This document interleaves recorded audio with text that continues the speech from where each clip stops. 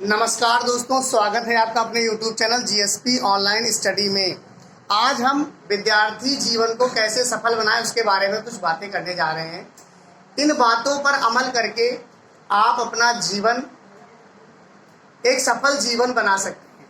बच्चे ये नहीं जानते हैं कि हम क्यों पढ़ रहे हैं, क्यों पढ़ाई कर रहे हैं, क्या है, तो उसके बारे में आप आपको बताते हैं। पहले तो एक श्लोक सुनाते हैं कि काक चेष्टा वको ध्यानम स्वानिद्रा तथेवचा अल्पाहारी गृह त्यागी विद्यार्थी पंचलक्षणा।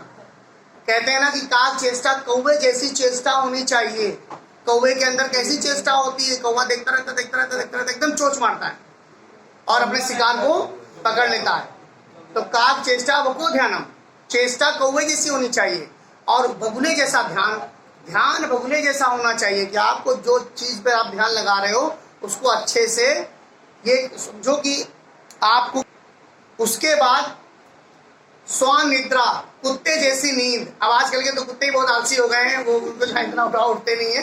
लेकिन पहले के जमाने में कहा जाता था कि कुत्ते के पास से भी अगर निकल जाओ, अभी भी ऐसा होता है, तो कुत्ते के पास से भी निकल जाओ तो उठ जाता है। तो स्वान निद्रा, स्वान माने कुत्ता और निद्रा माने कुत्ते जैसी नींद। और काक चेष्टा वको ध्यानम स्वान निद्रा तथेवचा अल्पाहारी, कम खाने वाला। ज्यादा खा लेंगे आपको पढ़ने में मन नहीं लगेगा। और गृह त्यागी, ग्रह को त्याग करने वाला। अब तो ऐसा सिस्टम नहीं रह गया है कि ग्रह को त्याग करना जाए। पहले ऐसा कहा जाता था कि राजा महाराजा का बच्चा हुआ, अगर वो ग्रह त्याग नहीं कर पाता तो उसको शिक्षा नहीं मिल पाती थी। महलों में आकर के गुरु इतना शिक्षा लेता था, लेकिन बच्चा उतना होशियार नहीं हो पाता था। जितना जंगल में रह करके शिक्षा प्राप्त करता था उतना होशियार वो उसमें हो जाता था। क्यों? क्योंकि उसमें सब चीजों की कठिनाइयों का और सब चीजों का जो है उसको सामना करना पड़ता था। गुरुकुल की शिक्षा इसको बोलते थे। तो उन्हीं के एक पुराने जमाने के आचार्य चाणक्य थे, जिनके बारे में आप लोगों ने सुना होगा। बहुत ही बुद्धिमान थे, सारे सब्जेक्ट्स का उनको नॉलेज था। युद्ध में भी वो निपुण थे, संस्कृत में भी निपुण थे, अर्थशास्त्री भी थे। उन्होंने सम्राट चंद्रगुप्त मौर्य को सम्राट बना दिया, पूरे देश, पूरे भारत का, अखंड भारत का सम्राट बना दिया। तो उनके इतनी तेज बुद्धि थी कि उन्होंने अपने दम पर चंद्रगुप्त मौर्य को सम्राट बना दिया। तो एक गुरु का काम होता है कि खुद जल के और आसपास प्रकाश करना। ठीक है, तो आज हम इन बातों में ये चाणक्य जी की बताई हुई बातें हैं। इनका अगर आप त्याग कर देते हैं, कुछ चीजें इसमें आपको त्याग करनी है, कुछ चीजें अपनानी है। तो इस प्रकार से अगर इन चीजों पर अमल करते हैं तो आपका जीवन सफल हो जाएगा। कहने का मतलब है काम वासना से दूर रहना चाहिए। इस समय जो हमारा समय चल रहा है, तो ये समय अब मोबाइल पे हर चीज अवेलेबल है इस समय। तो अगर इन काम वासना से बच्चे दूर नहीं रह पाते हैं तो उनका जीवन नरक बन जाता है, उनका जीवन में कुछ मिलता नहीं है। फिर वो एक असफल जिंदगी जीते हैं, किसी न किसी तरीके से रगड़ के अपनी जिंदगी चलाते रहते हैं। दूसरा है क्रोध। विद्यार्थी जीवन में कभी क्रोध नहीं करना चाहिए, क्योंकि क्रोध करने से विद्यार्थी का किसी का भी दिमाग काम करना बंद कर देता है और वो सारी इंद्रियाएं जो है शिथिल हो जाती हैं और कुछ समझ में नहीं आता है। तो क्रोध नहीं करना चाहिए। क्रोध से विद्यार्थियों को कोसों दूर रहना चाहिए। लोभ किसी भी प्रकार का नहीं करना चाहिए। केवल आपको लोभ करना है तो शिक्षा का करिए। शिक्षा का जितना ज्यादा लोभ करेंगे उतना ही ज्यादा आप विद्वान बन जाएंगे। उसके बाद स्वाद, तरह तरह के व्यंजन। अगर आप स्वाद ले करके खाना खाएंगे तो आप खाना ज्यादा खा लेंगे। और अभी मैंने क्या कहा था कि कम अल्पाहारी, कम खाने वाला। तो खाना अगर ज्यादा खा लेंगे तो भी आपके कष्टकारी है, आपको नींद लगेगी, तुरंत आप सो जाएंगे, आप आलसी हो जाएंगे। स्वाद के साथ खाना मत खाइए। उसके बाद है सेवा करने का।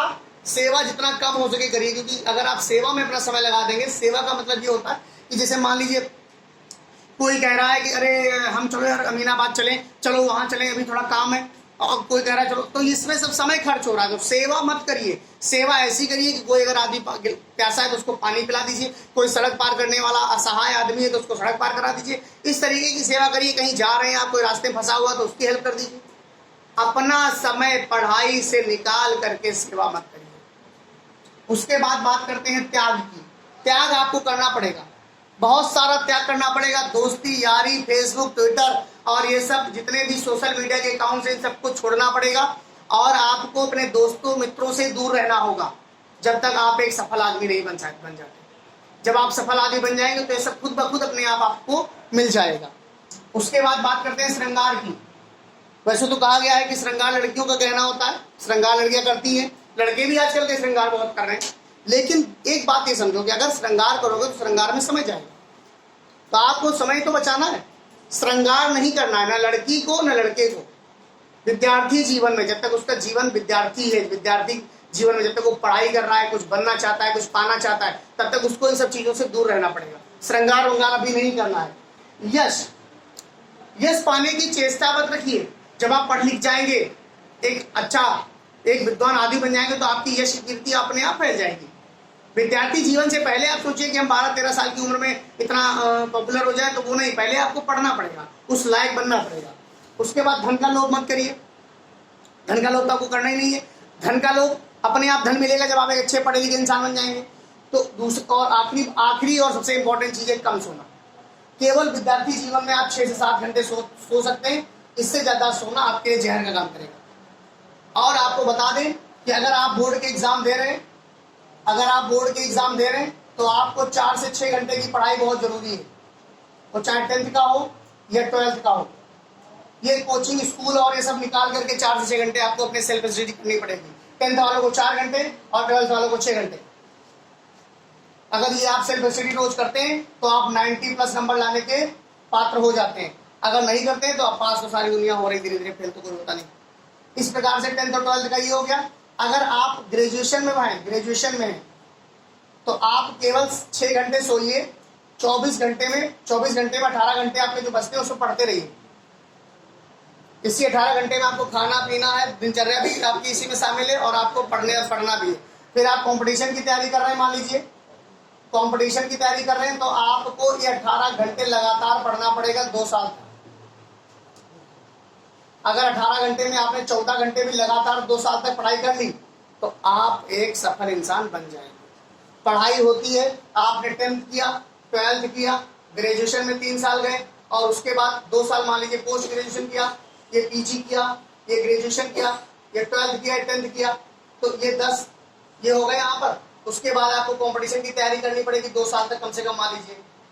अगर आप बड़े सपने रखते हैं तो IAS PCS की भी तैयारी कर सकते हैं।